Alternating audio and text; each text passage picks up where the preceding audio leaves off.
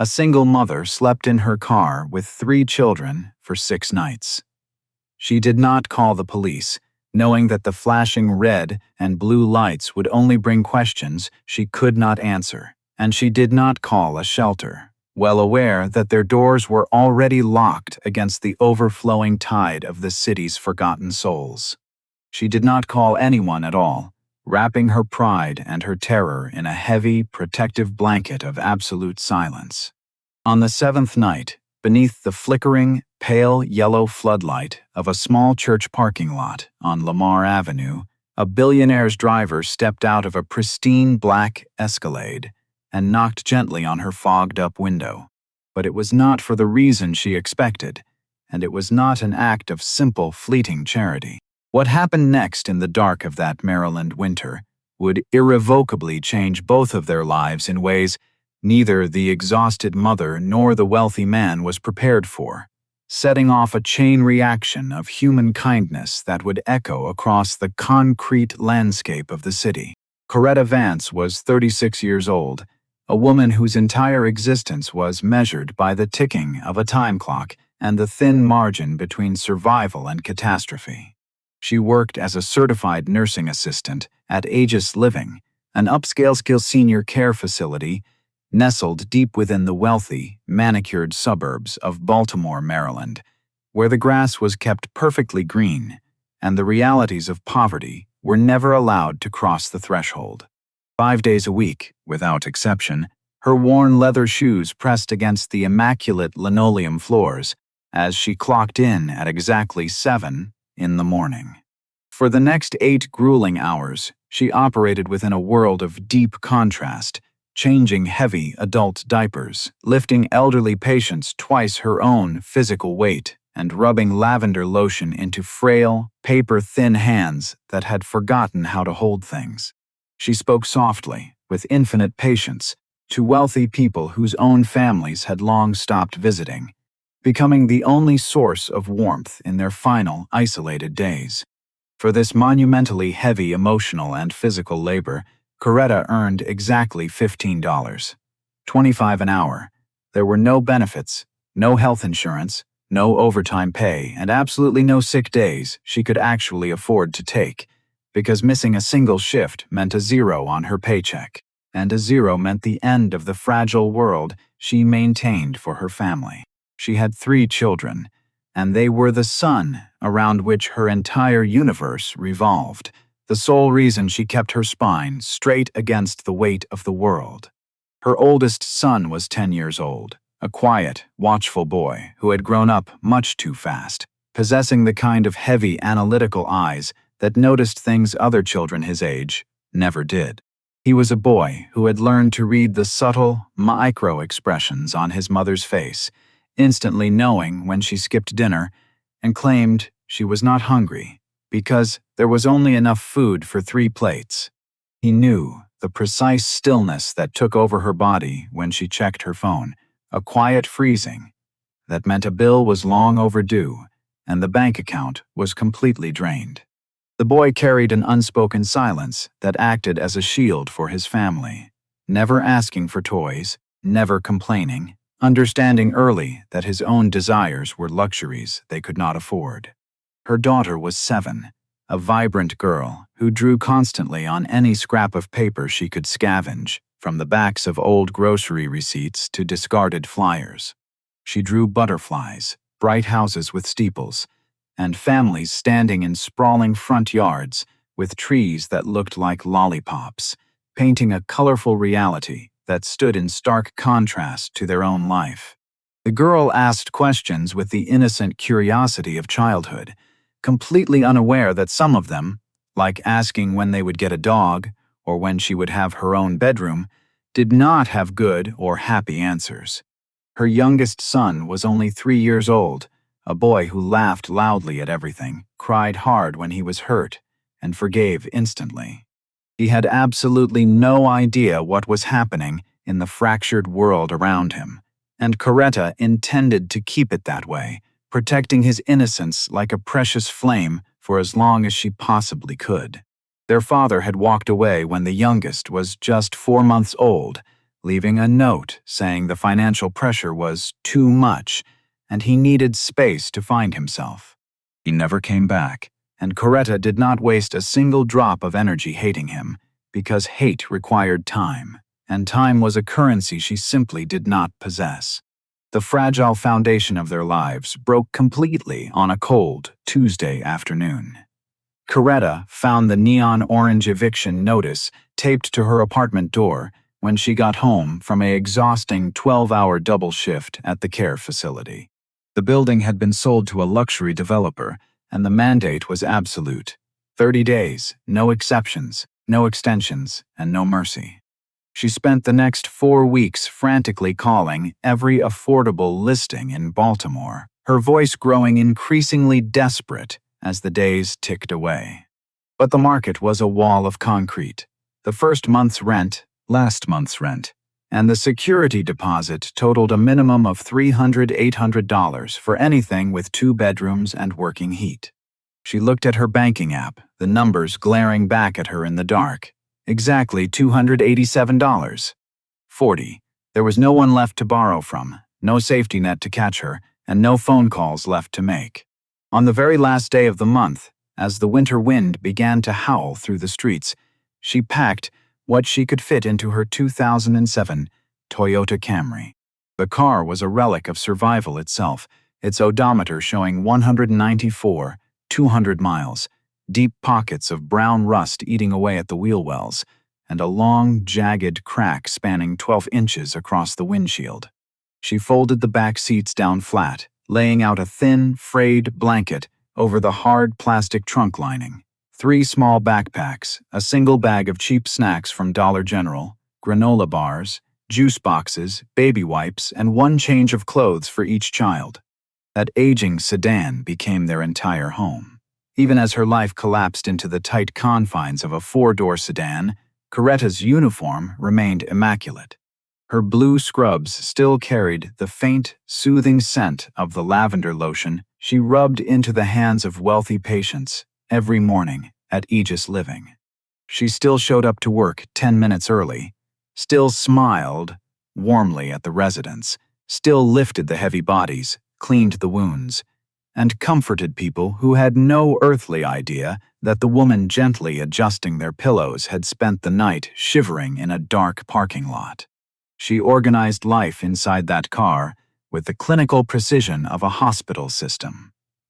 The 10-year-old boy sat in the front passenger seat, keeping watch, until the younger ones fell asleep, while the 7-year-old girl held the 3-year-old boy in the back on the folded blanket. Coretta slept last, always last, after checking every door lock 3 times, after scanning every shadow moving outside the glass, after ensuring that each child's breath was even and covered. "My kids do not know we are homeless," she whispered to herself on that terrifying first night, staring at the harsh, buzzing Walmart parking lot lights through the cracked windshield. "They think we are camping. Just a fun adventure." She held on to that sentence like a frayed rope over a deep canyon, knowing that as long as her children believed the lie, she had not entirely failed them yet. The first night was an exercise in forced optimism.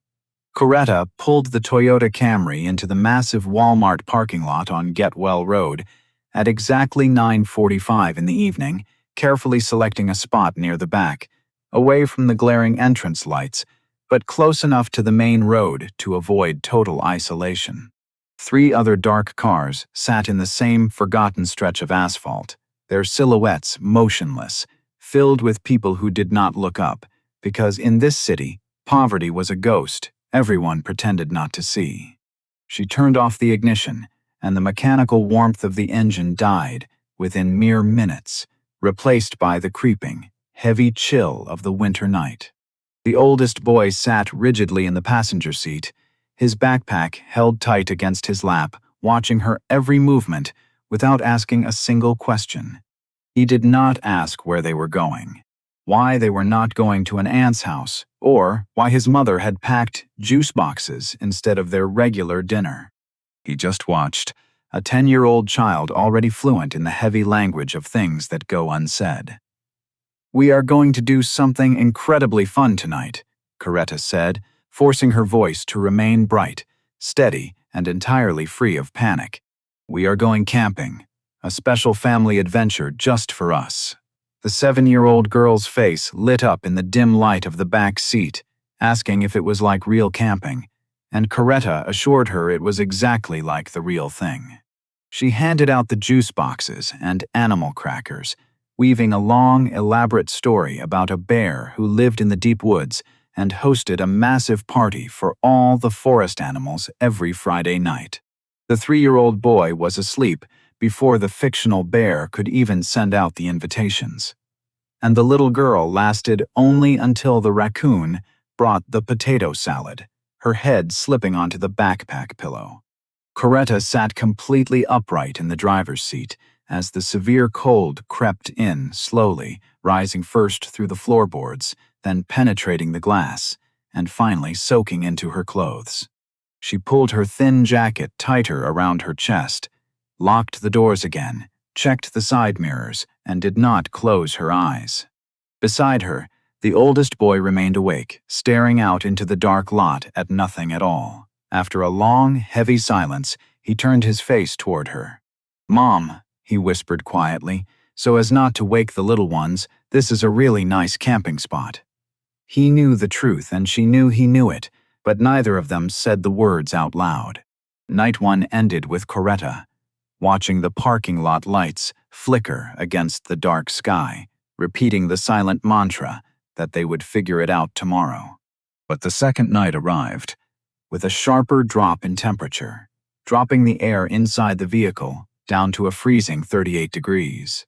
The routine was the same, the bright voice was the same. But at 2 in the morning, the 3-year-old boy woke up, shivering, crying the deep, painful cry of a child whose bones are cold. Coretta did not hesitate.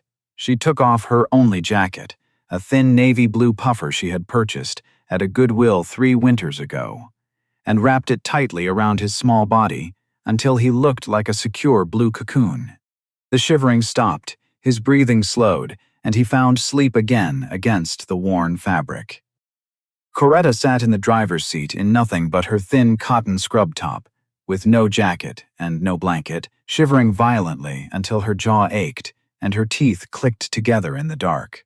She did not take the jacket back, sitting there with her arms locked around her own freezing body, watching the horizon until the sky finally turned a pale, unforgiving gray. And another night was conquered. By the third night, the fragile illusions supporting Coretta's survival system began to fracture under the heavy weight of reality.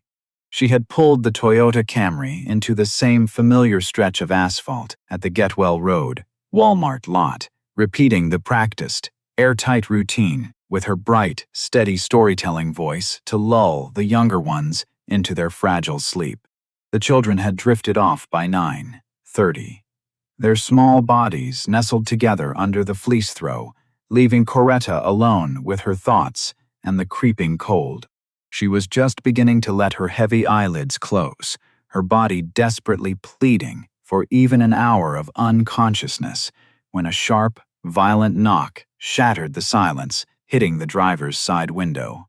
Her hand flew to the gear shift instinctively, a jolt of pure adrenaline flooding her veins in a primal fight-or-flight response, except there was absolutely nowhere to fly.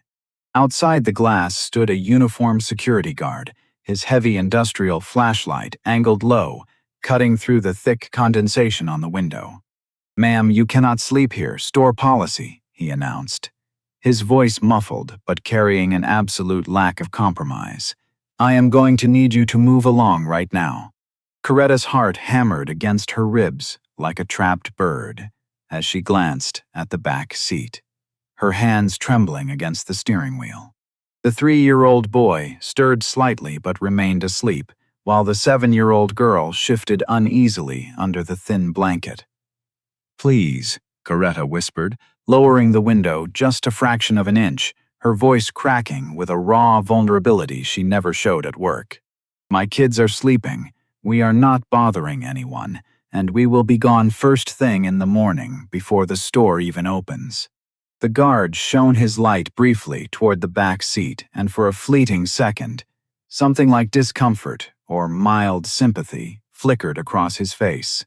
But the rigid corporate protocol he operated under quickly hardened his expression. "I am sorry, ma'am, but I don't make the rules. And these types of situations are standard protocol," he said, using those polite yet tan-none words designed to isolate people like her.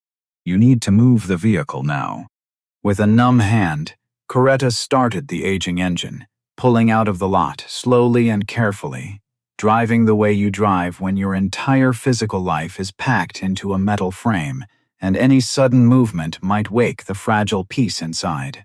She drove through the empty, unforgiving streets of Baltimore at 2:00 in the morning, passing closed gas stations, abandoned industrial storefronts, and dark intersections that offered no shelter. Eventually, she found a small, dimly lit church parking lot on Lamar Avenue, where a weather-worn sign out front read, "All are welcome," and she desperately prayed that the statement extended to a mother with nowhere else to go. She parked in the darkest corner, turned off the ignition, and performed her checks, only to hear a small, heavy voice rise from the front passenger seat. "It's okay, Mom. I am not scared," the 10-year-old boy whispered, his eyes wide and completely clear in the dark.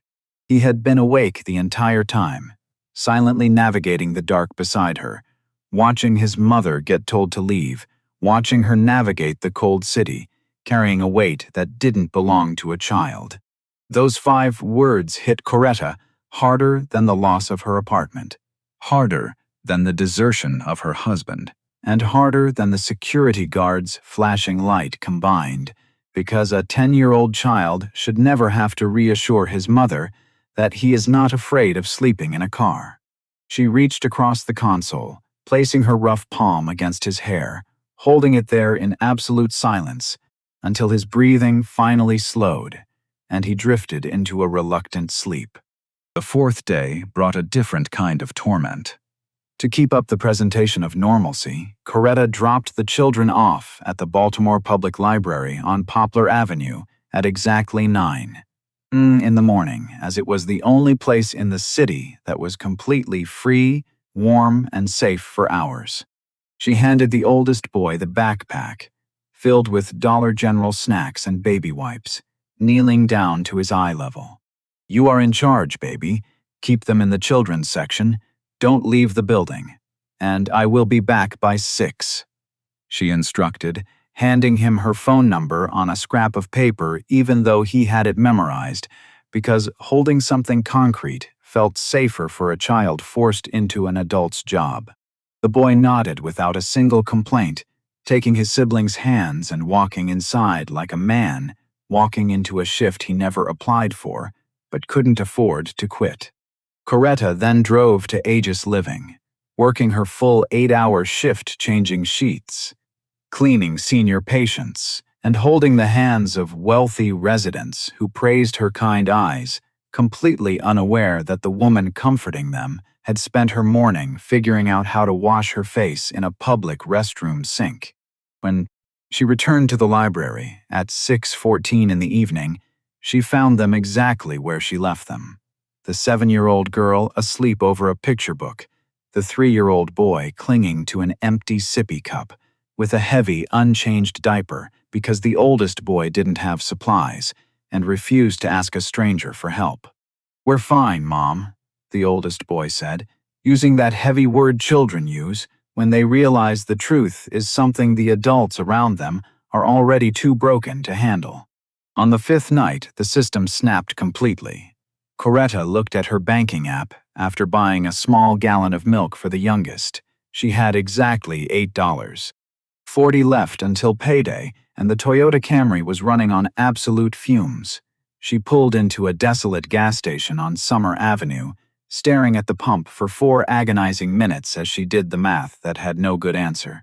$8.40 of gas would get her to her nursing shifts for 2 days, but $8.40 of milk and diapers would keep her youngest son fed and clean.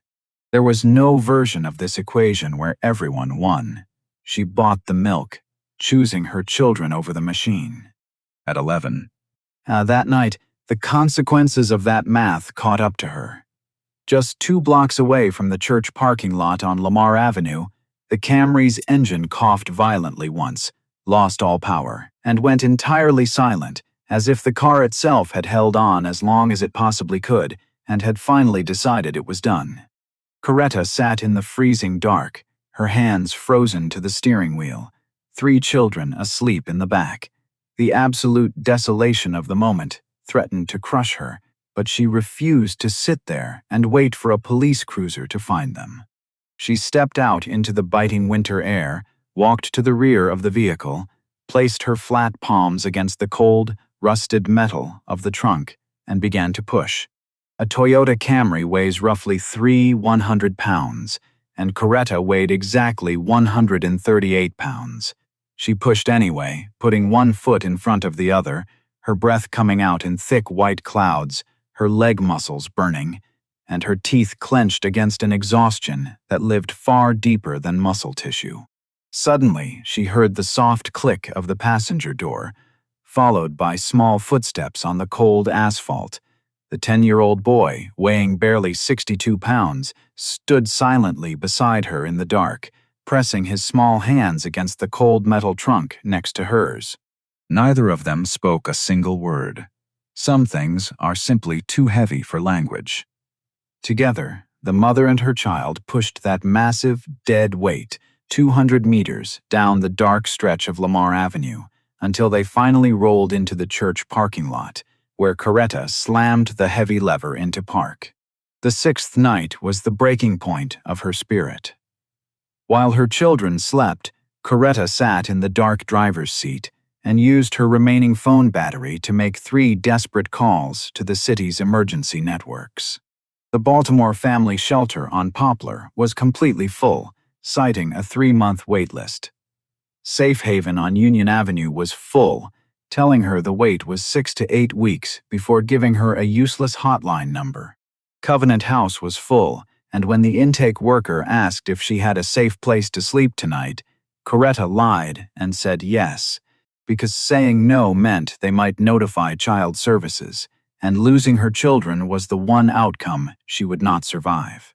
With her hands shaking violently, she dialed one last number, her final thread to the world. Her older sister, Lydia. Lydia answered on the 4th ring, her voice heavy with sleep. Coretta opened her mouth, but nothing came out. At first, the pride in her throat choking her.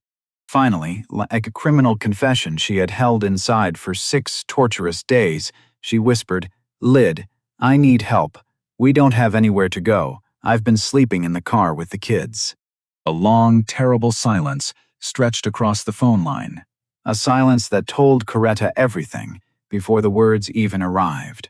"Tam," Lydia said, her voice cracking with her own financial despair. "I can't take 4 more people. I'm barely making it myself in this 1-bedroom apartment, and I'm already behind on my own rent. I want to help you. I just don't have the room." It wasn't cruelty or indifference.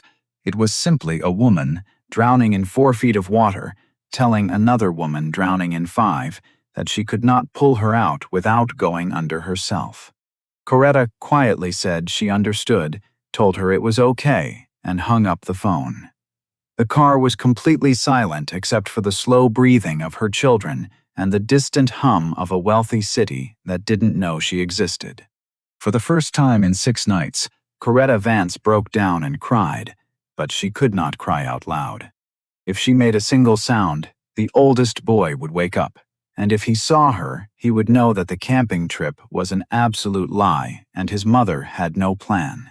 So, she cried through her breathing, taking long, slow, controlled gasps of air, her chest shaking violently, her jaw locked tight, and her hands gripping the steering wheel until her knuckles turned white. She cried in absolute, agonizing silence for exactly 11 minutes, then stopped. She wiped her face rough with the back of her sleeve, checked her mirrors, locked the doors again, and looked at her children, still sleeping, still believing in a camping trip that never existed. Night 6 ended, and Coretta knew that in a few hours she would have to wake up, wash her scrubs in a public sink, and show up at Aegis Living at 7:00 in the morning to take care of other people's families, because that is what she did, even when nobody showed up for her. Exactly 200 miles away from that desolate, freezing church parking lot on Lamar Avenue, in a sprawling penthouse on the 42nd floor of a gleaming glass tower overlooking downtown Atlanta, a man named Alistair Thorne sat in an office that most people would call beautiful and felt absolutely nothing. He was 53 years old, the CEO of Thorne Investment Group, a luxury real estate investment firm valued at $4.6 billion. He owned commercial properties in 12 states, affordable housing developments in 6 major cities, and 2 boutique hotels that travel magazines wrote about using words like exclusive and visionary. His face had been on the cover of prominent business magazines twice. His name appeared on global wealth lists annually, and his signature on a contract could rearrange the skyline of an American city. Yet, none of it had meant a single thing to him in 3 long, agonizing years. Alistair had grown up on the brutal south side of Chicago, in a cramped 2-bedroom apartment on 63rd Street that smelled permanently of palm oil, bleach, and the particular exhaustion of a woman working 2 jobs just to keep 1 child alive. His mother had worked nights as a nurse's aide at Cook County Hospital and days cleaning corporate office buildings downtown, leaving before Alistair woke and returning long after he was supposed to be asleep. He vividly remembered hearing her in the kitchen at midnight, her shoes off, her feet swollen, eating cold rice standing up because sitting down meant her body might refuse to get back up. His father had died on a construction site when Alistair was 9, leaving no life insurance and no savings, just a funeral his mother paid for with money she didn't have, and a boy who stopped being a child the moment he understood what poverty meant. Alistair remembered one winter night with absolute terrifying clarity. He was 11 years old when his mother picked him up from school in their rusted sedan, with a cracked dashboard and a passenger door that didn't lock right. She didn't drive home. She drove to a dark parking lot behind a grocery store, turned off the engine, and said, "We're going to sleep here tonight, baby, just tonight." That night lasted 3 weeks, 21 torturous days of breathing against freezing glass until the windows looked like milk, washing his school uniform in gas station sinks, and listening to his mother cry in the dark through controlled, muffled gasps. Alistair never forgot that sound, building his entire multi-billion-dollar career on top of it like concrete over a deep crack. He had pulled himself out, and he had pulled his mother out, placing her in a beautiful home with every luxury. But 3 years ago, the empire he built cracked completely. His daughter, a bright, stubborn, and relentless 29-year-old registered nurse at a major city hospital, died on a rainy Wednesday afternoon when a truck driver fell asleep on Interstate 85.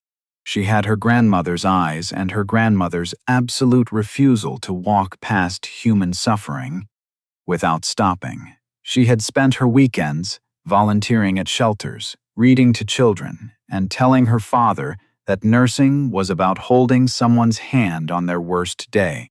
After her death, Alistair built 2 massive homeless shelters in her name, signing the checks and attending the ribbon cuttings.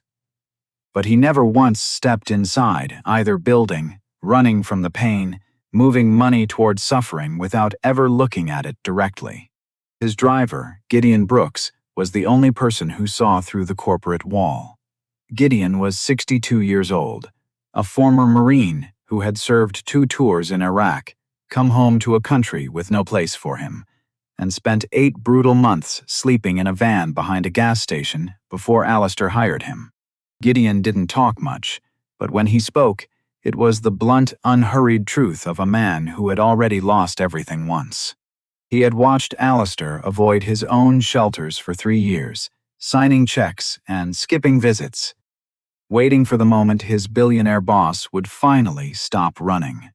The trip to Baltimore was supposed to be routine. Alistair flew in on a Tuesday evening to inspect a mixed-use development project.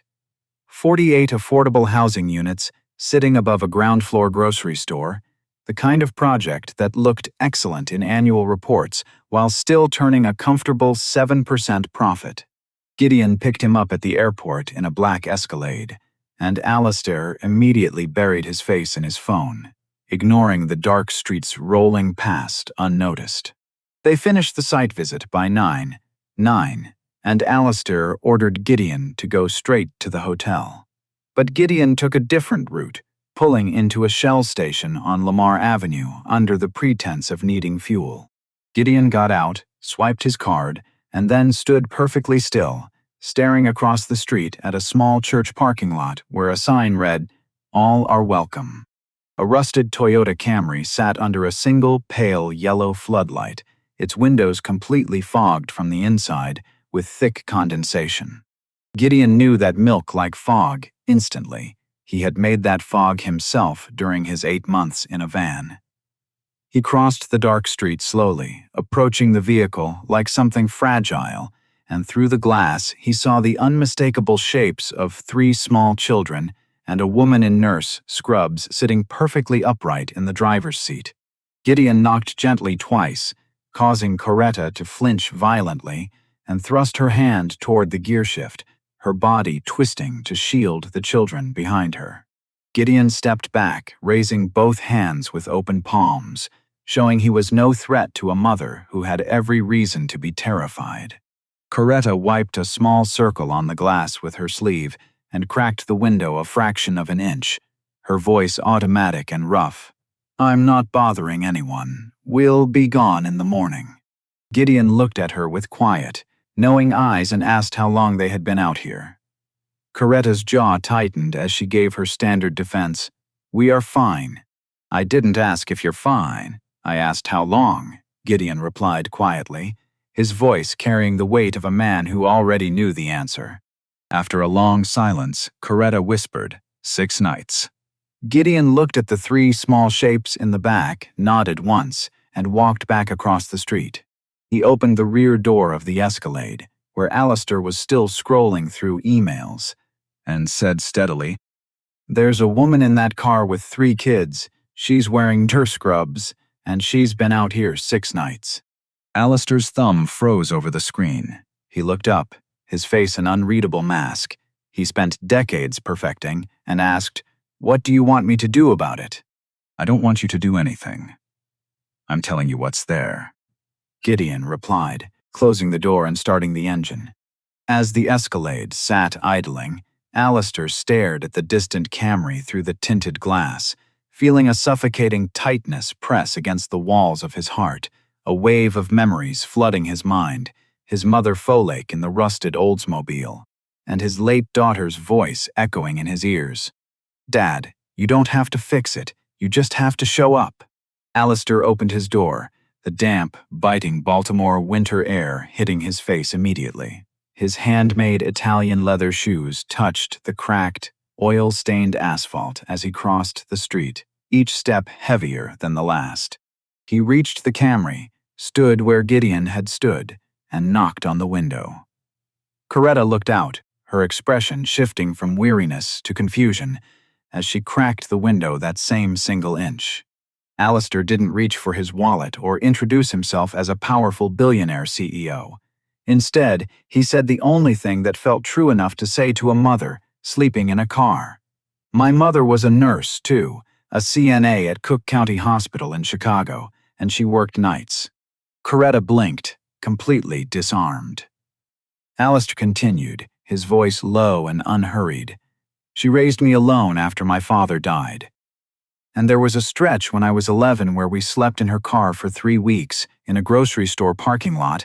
She told me it was just for 1 night, but it wasn't." Coretta stared at him, her hand loosening its grip on the window crank, recognizing the profound absence of threat. "Why are you telling me this?"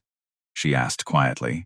"Because I heard you've been out here 6 nights, Alistair said, "and I know what night 7 feels like when there's no night 8 planned." He reached into his coat and held out a thick business card against the glass. There's a hotel room booked for tonight at the Renaissance Harbor Place, 2 beds. It's already paid for, and your name is at the front desk. Take your children somewhere warm, sleep in a real bed, and tomorrow we can talk about what happens next. Or, you can throw this card away and I'll never return. Your choice, no conditions, no strings. Coretta looked at the card, then at her children huddled under a fleece blanket that was entirely useless against a Maryland winter, and asked how she knew it wasn't a trick. A question born from a life where help always came with a hidden price. You don't, Alistair said openly. I'm a stranger, but my mother slept in a car with me 40 years ago, and nobody knocked on her window, so I'm knocking on yours. At that exact moment, the 3-year-old boy in the back let out a small, wet, rattling cough, the unmistakable sound of small lungs breathing freezing air for too long. Coretta's hand moved, her rough, cold, and trembling fingers brushing against Alistair's hand as she took the card, sending a chill through him that felt like an accusation against every warm luxury he owned. My kids come first, she said fiercely, a compass reading to herself. I know, Alistair replied softly, stepping back into the dark. Coretta started the engine, which caught on the 3rd try, and pulled out of the lot carefully, driving protectively, as if her car were made of glass. Alistair watched her taillights disappear down Lamar Avenue, his hands shaking violently from an emotional breaking point. Gideon pulled the Escalade alongside him, and as Alistair got in, Gideon said quietly, she would have knocked first. Alistair closed his eyes and whispered, yeah, she would have. The Renaissance Harbor Place was a clean, beautiful hotel smelling of fresh coffee and carpet cleaner. Coretta pulled into the lot at 11. 14 carried her warm, limp youngest son inside, while her 7-year-old girl stumbled out clutching the fleece blanket, and the 10-year-old boy followed silently with the backpack. The receptionist found the reservation instantly. Okafor, 2 queen beds, prepaid, and handed over the key cards. When Coretta opened the door to room 412, she stood frozen in the doorway. There were 2 beds with pristine white sheets, pillows that weren't backpacks, a heater humming warm air through the ceiling vent, and a real bathroom with soap and towels. The little girl ran into the bathroom, shouting in wonder that there was real soap, not the gas station kind, while the youngest boy crawled on to the nearest mattress, his muscles letting go all at once as he sank into the deep comfort and fell asleep in 30 seconds. The 10-year-old boy walked in last, set his backpack down, looked at the warm room, and then sat down directly on the floor with his back against the bed, his knees pulled up to his chest, and he cried. He cried without a single sound, tears running down his face in 2 quiet lines as his shoulders shook. 6 nights of forced bravery, finally finding a safe enough place to end. Coretta sat down on the floor beside him, pulling him close into her arms in absolute silence, finally admitting they needed holding, acknowledging that the painful lie of the camping trip was officially over. Outside in the lot, Gideon called Alistair, reporting that the kids were inside and warm.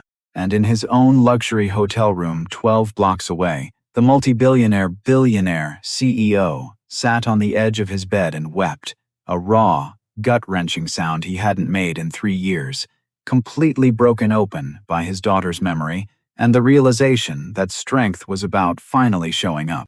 Oi 4. The Symmetrical Ruin and New Horizon.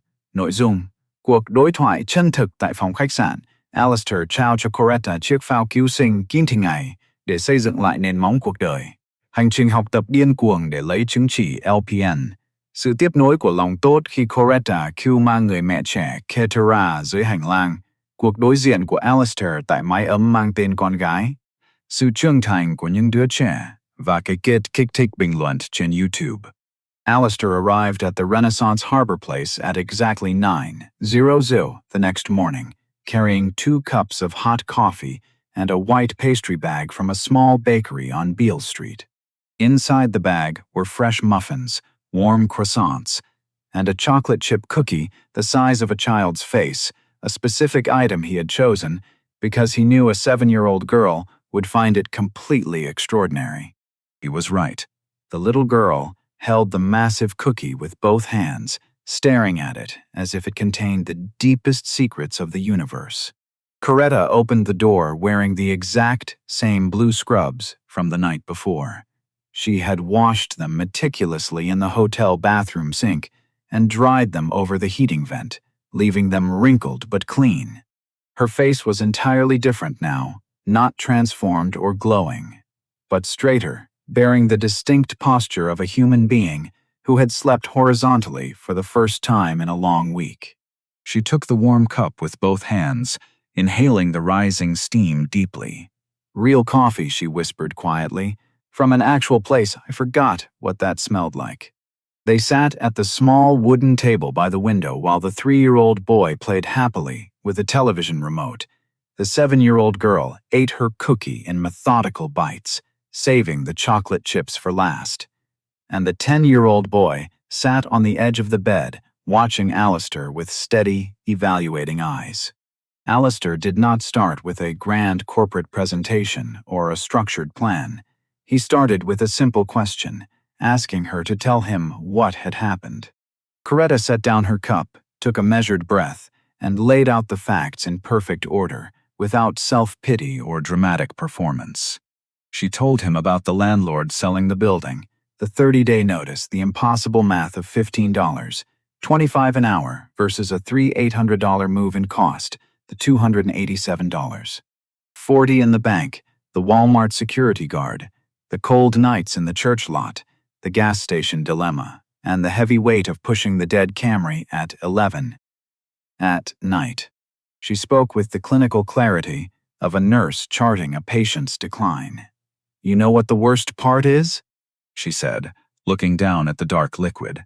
"It's not being homeless, it's that I did everything right. I went to work, I paid my bills, I raised my kids, I didn't make bad decisions, I just didn't make enough money. And somehow that's enough to end up in a car, making you feel like you deserved it." Alistair looked at her, his expression intense with recognition. "My mother said the exact same thing, almost word for word," he replied quietly. "She told me years later that the hardest part wasn't the freezing cold, it was believing she deserved it." Alistair set down his coffee, leaning forward. "I'm going to say something, and I want you to hear all of it before you respond," he said. "I'm not offering you money, I'm not offering you a handout. And I'm not trying to save you, because you don't need saving. You need a foundation, something solid to stand on so you can start building again. Here is what I can offer. 90 days. An apartment in one of the affordable housing units my company manages right here, subsidized, not free. Childcare, through a certified program we partner with, so you never have to leave your children in a public library again. And time to finish your LPN certification. You are a CNA making $15, $25 an hour, but LPNs in this city start around $24 or $25 an hour with full benefits. There are accelerated 12-week programs, and you are already halfway qualified. You just need the physical space to finish. I am not giving you a new life, Coretta. I'm giving you 90 days to build one, and what you do with it is entirely up to you." Coretta stared at him, her throat moving as tears spilled over, asking why, out of all the people sleeping in cars, he chose her. "Because my mother was you 40 years ago," Alistair said, looking at the children, "and nobody knocked on her window, so it took her years to get out, years my childhood didn't have to lose. And because my late daughter would have been the first person to cross the street last night. She would have knocked before Gideon did, and she's not here to do it, so I am doing it for her." Coretta's voice broke as she repeated her life's only rule. "My kids come first. They always come first." "I know," Alistair said. "That's exactly why I'm here." The new apartment was on the second floor of a building called Parkway Commons on South 3rd Street. It had 2 bedrooms, basic laminate floors, a kitchen with a stove that worked, and a refrigerator that hummed quietly. It wasn't beautiful. The carpets were standard builder grade, and the countertops were plain. But it had a heavy lock on the front door, warm heat coming through the vents, and solid walls that did not move. The 7-year-old girl ran to the kitchen, turning the faucet on and off 3 times, shouting into disbelief that the water actually worked like a certified miracle. The 10-year-old boy stood at the door of the smaller bedroom, looking at the empty space, before turning to his mother to ask if it was truly his. When she nodded, he walked inside and closed the door gently, a careful, deliberate close that marked the first privacy of his young life. Coretta heard him crying softly through the wood, the quiet way he always cried, and though her hand reached for the doorknob, she stepped back, letting her son have a door that closed, because a 10-year-old boy shouldn't have to be brave every single second of every single day. The next morning, Coretta enrolled in the LPN accelerated program at the local community college, balancing classes 3 evenings a week and clinical rotations on Saturdays, with her regular CNA shifts from 7:00 to 3. She came home, made dinner, helped with homework, bathed the little ones, and then studied at the kitchen table until 2 in the morning, memorizing medication dosages while her coffee grew cold. Gideon Brooks showed up in the Escalade every single morning at 7:45 without being asked, safely driving the children to school and daycare in a routine built entirely on dignity. Coretta was completely exhausted. But it was a different kind of exhaustion, the kind that comes from building something instead of just surviving. When she fell asleep at the table with her pen still in her hand, she would wake up to find a heavy blanket draped over her shoulders, placed there silently by her oldest son. Alistair visited once during that first month, and the little girl proudly handed him a colored pencil drawing showing 4 figures standing in front of a house: a woman in blue scrubs, a tall boy, a girl with butterflies in her hair, a baby, and a tall man in a suit drawn slightly apart but clearly part of the group, with the words, "My family and Mr. Alistair," written at the top. Alistair folded the drawing, placed it in his coat pocket, and sat in the back of the Escalade for 10 minutes in absolute silence, staring at the empty space where his daughter Amara should have stood. 6 weeks into the program, Coretta was maintaining scores in the top 10%. Coming home late on a Tuesday evening, she found a young woman, barely 28, sitting on the cold hallway floor outside an apartment 1 floor below hers. The woman had 2 children with her, a 4-year-old boy, holding a stuffed bear with a missing arm, and an 8-month-old baby girl sleeping in a car seat on the floor. The woman's eyes were red, her face bearing that exact, guarded look Coretta recognized instantly. "We're fine," the woman said automatically. Coretta sat directly down on the cheap carpet beside her, placing her back against the wall. "I didn't ask if you're fine," Coretta said gently, introducing herself and asking for her name. The woman whispered that her name was Keturah Williams, and that they had been evicted that morning, spending the previous nights sitting in hospital waiting rooms. Coretta looked at the children, saw the trembling in Keturah's hands, and immediately went to work. That night, she cooked a warm pot of rice, beans, and cornbread, carrying it downstairs with a towel wrapped around the handle. Over the next 2 weeks, Coretta split her food stamps to share meals, called Gideon to arrange daycare space for Keturah's children, and spent her only night off sitting at the kitchen table, helping Keturah navigate the complex bureaucracy of emergency housing forms. When Alistair found out through Gideon and asked why she was giving to someone else when she barely had enough, Coretta looked him dead in the eye, because 7 weeks ago I was her, and somebody knocked on my window.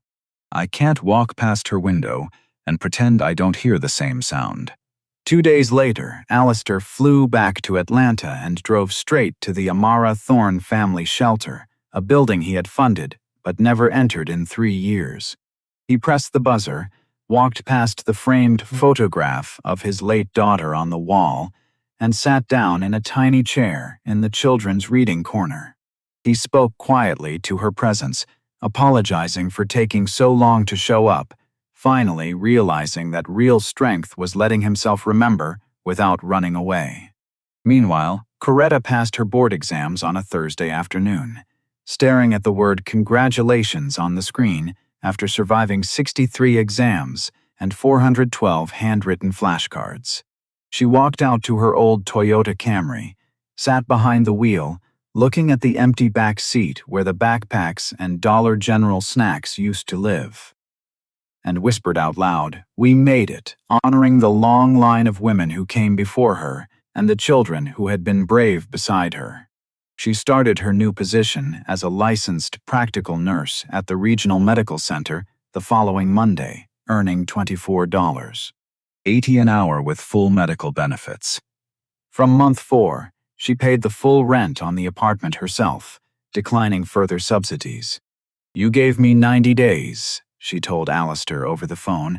"I'm giving myself the rest." 1 year later, the 10-year-old boy made the middle school basketball team as the starting point guard, wearing number 7 with the name Vance printed across his back, playing like a child who finally had the room to just be a kid. The 7-year-old girl entered a school art contest with a colored pencil drawing of their old Honda Civic with stars shining through the cracked glass, titled "Home is Where Mom Is," winning second place and pinning the ribbon next to the family portrait on the refrigerator. The youngest boy started pre-K, confidently letting go of his mother's hand because he knew her absolute promise that Mama always comes back was airtight. 3 floors below them, Keturah Williams now had her own official lease and was enrolled in the same CNA program, studying at her kitchen table with cold coffee and flashcards, proving that kindness doesn't expire, it compounds. Alistair sat with his 78-year-old Mother Folake in her kitchen in Chicago, holding her thin, strong hands as she reminded him that the only difference between people who help and people who walk past is memory, the choice to ensure someone else doesn't carry the cold alone. On a quiet Tuesday morning in early March, Coretta Vance drove her usual route down Lamar Avenue, past the Shell station and the church lot. She slowed down as she spotted an old sedan parked alone under the floodlight, its windows completely fogged from the inside with thick milk-like condensation. Coretta pulled over, stepped out into the crisp morning air in her clean scrubs, with her LPN badge clipped to her chest, walked across the dark asphalt, reached the vehicle, raised her steady hand, and knocked. Coretta Vance did everything right. She worked hard, stayed away from drugs, and poured her soul into her family. Yet a single corporate real estate transaction was enough to force her and 3 children into a rusted sedan for 6 freezing nights. In a modern society that claims hard work guarantees stability, is homelessness a failure of personal economics, or is it a symptom of a broken systemic equation where human dignity is simply left off the ledger? If a billionaire's driver had not stopped that night, Coretta's story might have ended in a state facility, proving that the line between a successful career and a frozen parking lot is often just one unexpected knock on a window. What do you think needs to change so that mothers like Coretta don't have to rely on a miracle to survive? Share your thoughts in the comments below.